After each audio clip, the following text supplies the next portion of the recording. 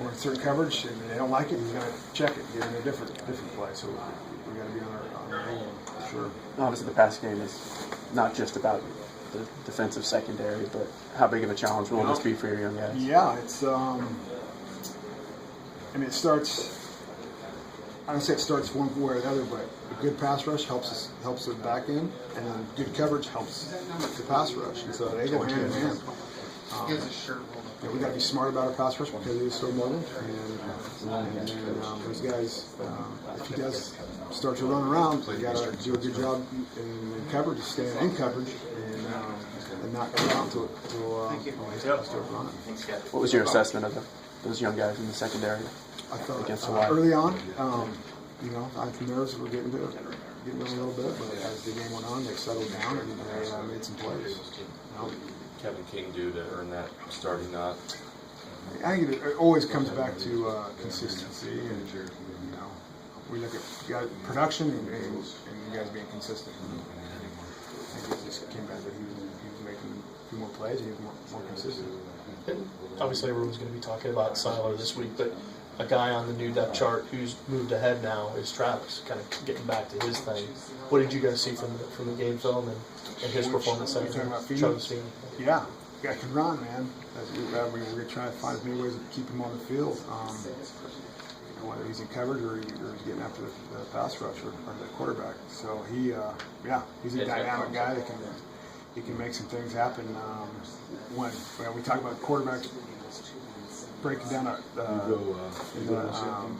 in the pass game and start to move around and scramble, he's a guy that can run guys down and clean up some mistakes. Is he a guy, Coach, where maybe in practice you see a lot of that stuff, but maybe there's some aspects of the game where maybe his true colors really show up, and that's like, well, okay, now we can kind of see what we've got in this player?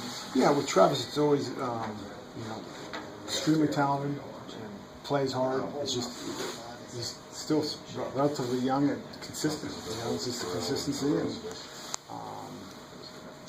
sometimes he's not exactly where he's supposed to be, but because of his athleticism, he can make up for it.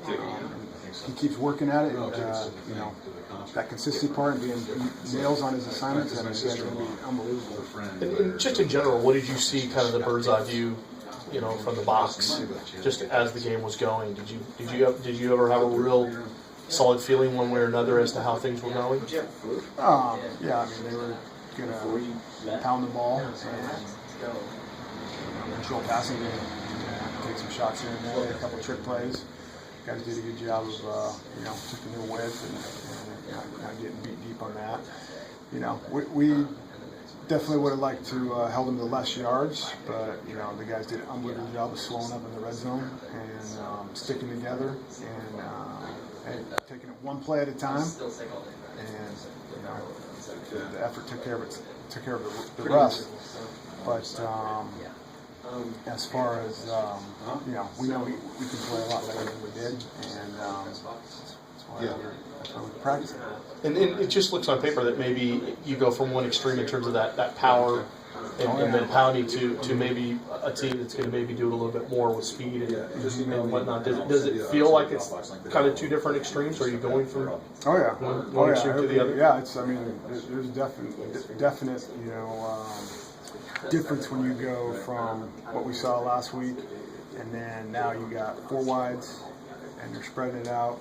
There's more skill spread out across the field.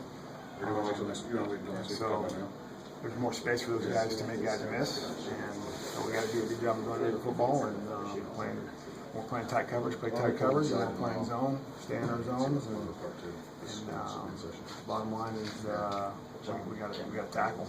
Do you anticipate this is going to be the game where more of those true freshmen are going to be seen, whether it's like a Sidney Jones or Nigel Hale or Derek Birdman or guys like that?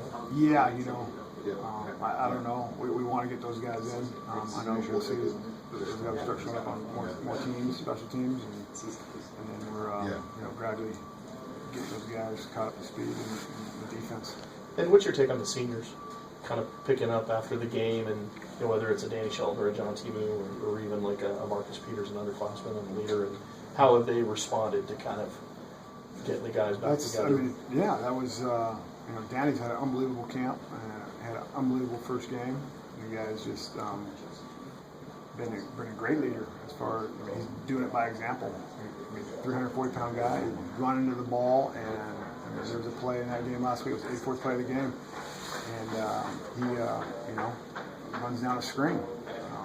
So he's been great. John's been awesome. I mean, all those guys are, this game. I mean, we talk about the process. It's one day at a time, one play at a time, and we're always working to get better. The rest of that stuff takes care of itself, and then it takes a lot of weight off your shoulders. I mean, that's what it's all about. I mean, are we getting better today? Are we going to get better tomorrow? And then when we get in that game, we're cutting it loose. We're playing fast. We're having fun, and we're taking it one play at a time. And the rest will take care of itself. All right.